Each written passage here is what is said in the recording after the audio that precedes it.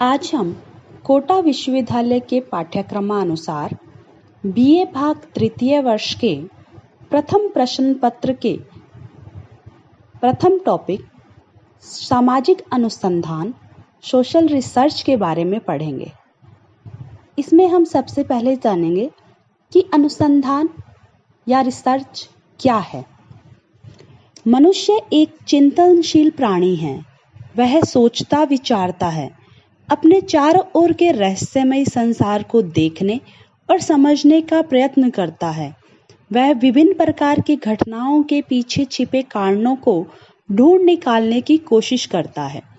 चूंकि मनुष्य एक जिज्ञासु प्राणी है, वह अपने आसपास की घटित होने वाली सभी घटनाओं के पीछे छिपे कारणों तथा तथ्यों को जानने हेतु सदैव प्रयासरत रहता है। अतः अनुसंधान घटनाओं के बारे में ज्ञान प्राप्त करने और उन घटनाओं के मूल तक पहुंचने एवं कार्य कारण संबंधों का पता लगाने का व्यवस्थित तरीका है।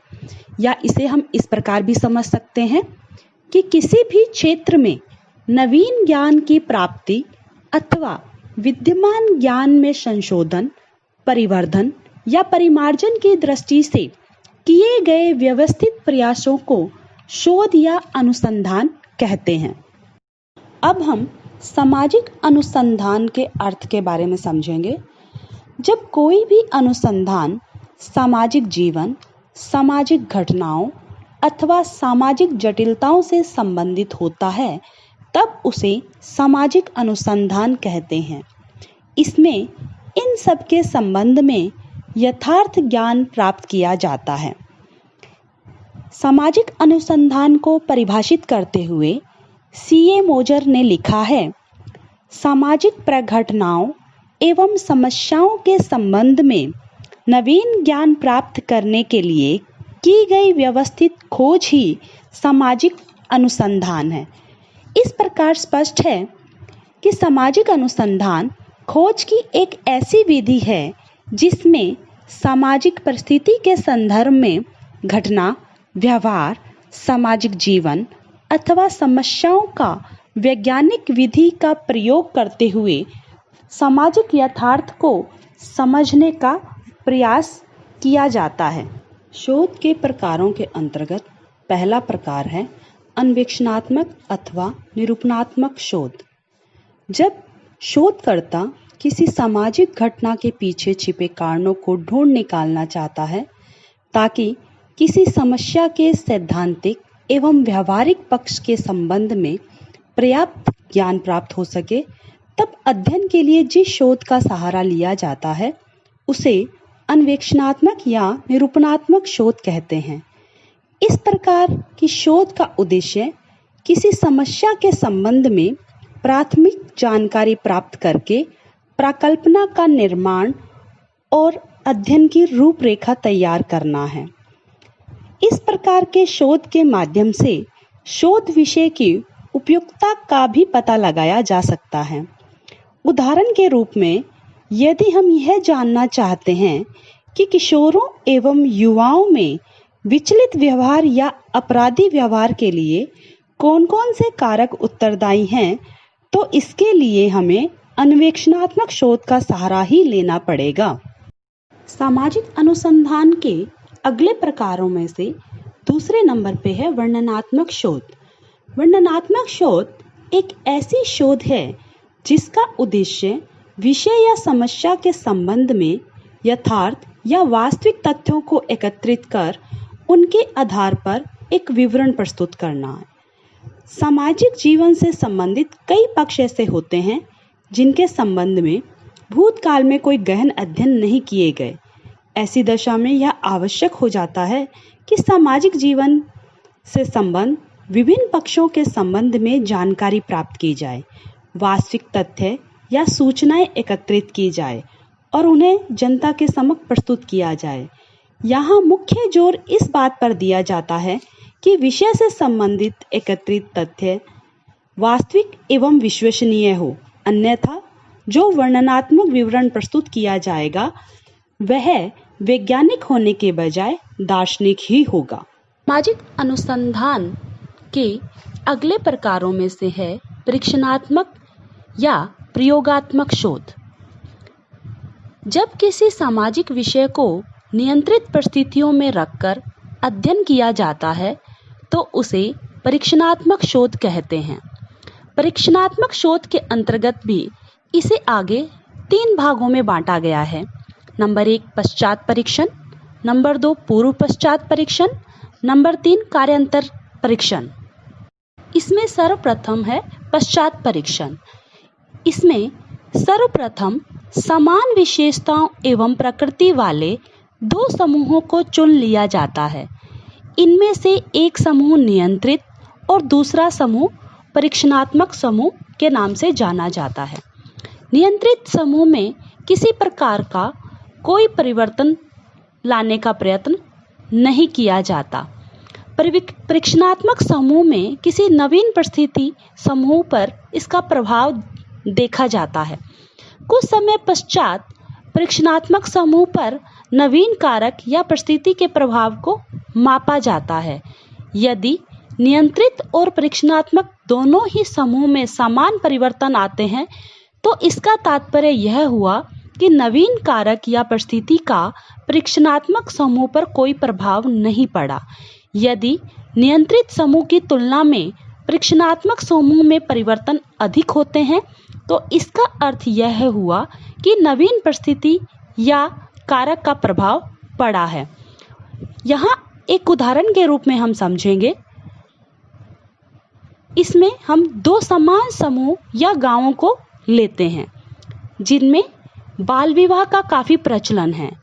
इनमें से एक समूह में, जिसे परीक्षणात्मक समूह मान लिया गया है, बाल विवाह के विरुद्ध काफी प्रचार प्रसार किया जाता है।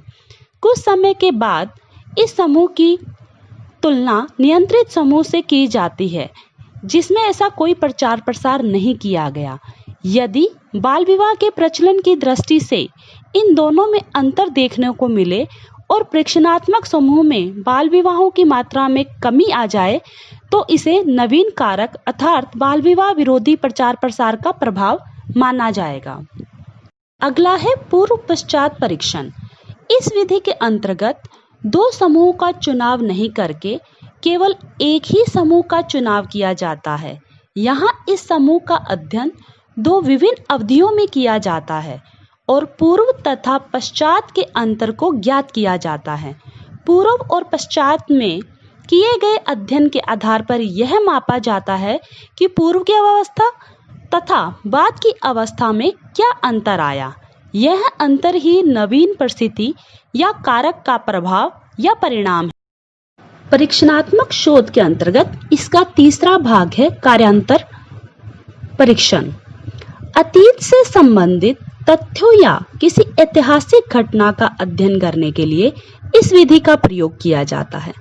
अतीत की घटनाओं को दोहराया नहीं जा सकता, उसकी पुनरावृत्ति शोध कार्यकर्ता के लिए संभव नहीं है। उन्हें न तो नियंत्रित किया जा सकता है और न ही उनमें कोई परिवर्तन लाया जा सकता है। ऐसी स्थिति में इस शोध विधि को काम में लेते हुए प्राचीन अभिलेखों के भिन्न भिन्न पक्षों का तुलनात्मक अध्ययन करके महत्वपूर्ण निष्कर्षों तक पहुंचा जा सकता है। उपयोगी परिणाम निकाले जा सकते हैं।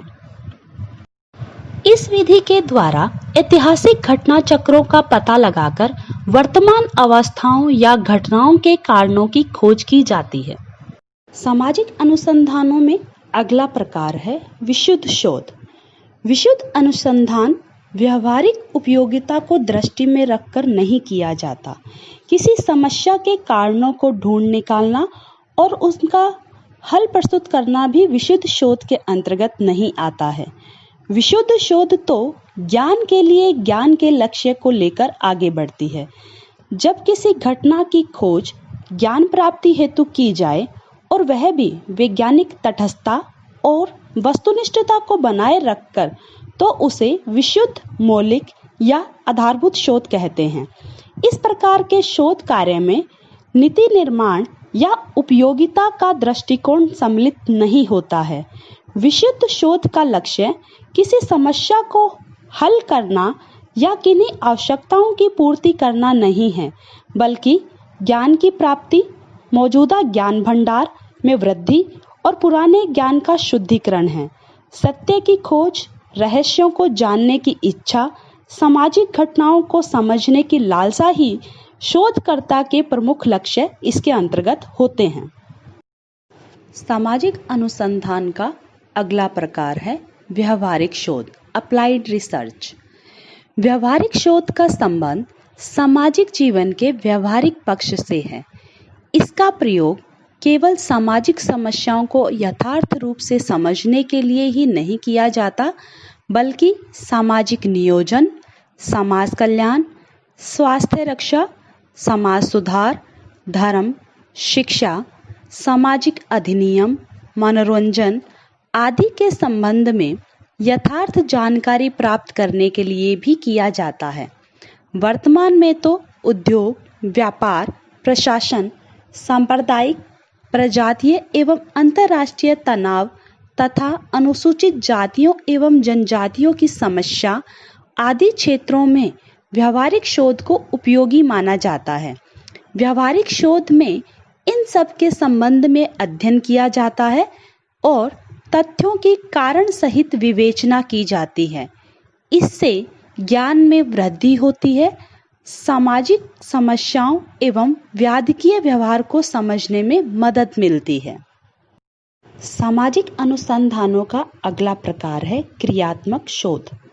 क्रियात्मक शोध को व्यवहारिक शोध का ही एक प्रकार माना जा सकता है, क्योंकि इसका संबंध भी शोध द्वारा प्राप्त ज्ञान के व्यवहारिक उपयोग से है। करीब 30 वर्ष पूर्व क्रियात्मक शोध का प्रारंभ अमेरिका में हुआ। प्रोफेसर कॉलियर, लेविन तथा स्टेफन एम कोरी ने क्रियात्मक शोध नामक अवधारणा को मूर्त रूप देने का प्रयास किया। क्रियात्मक शोध में किसी सामाजिक समस्या या घटना के क्रियात्मक पक्ष पर ध्यान केंद्रित किया जाता है।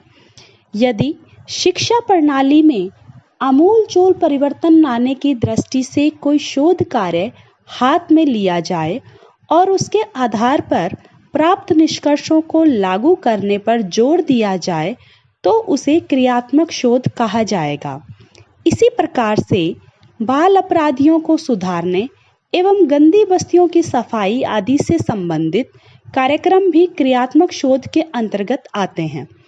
किसी सामाजिक दशा, स्थिति या समस्या को बदलने, उसमें सुधार करने या उसे हल करने हेतु साधन खोज निकालने के लिए क्रियात्मक शोध का सहारा लिया जाता है।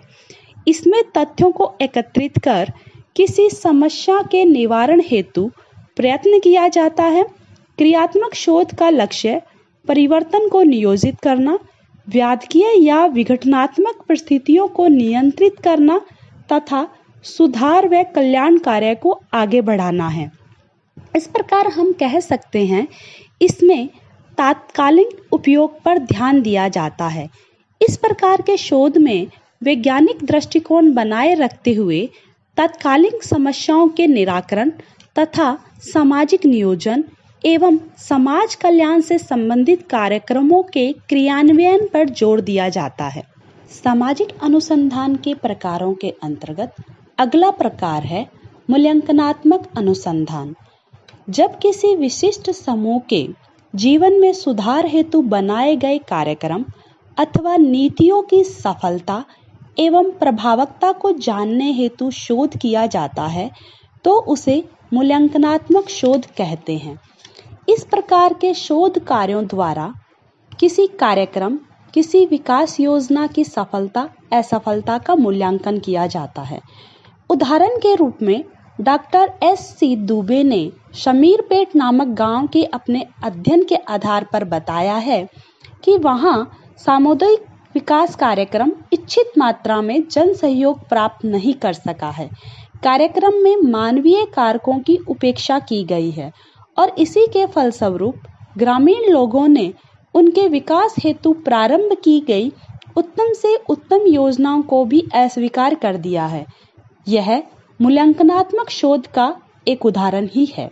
इस प्रकार आज हमने सामाजिक अनुसंधान का अर्थ एवं सामाजिक अनुसंधान के विभिन्न प्रकारों के बारे में जाना अब हम अपनी अगली क्लास में सामाजिक अनुसंधान की प्रक्रिया के बारे में जानेंगे।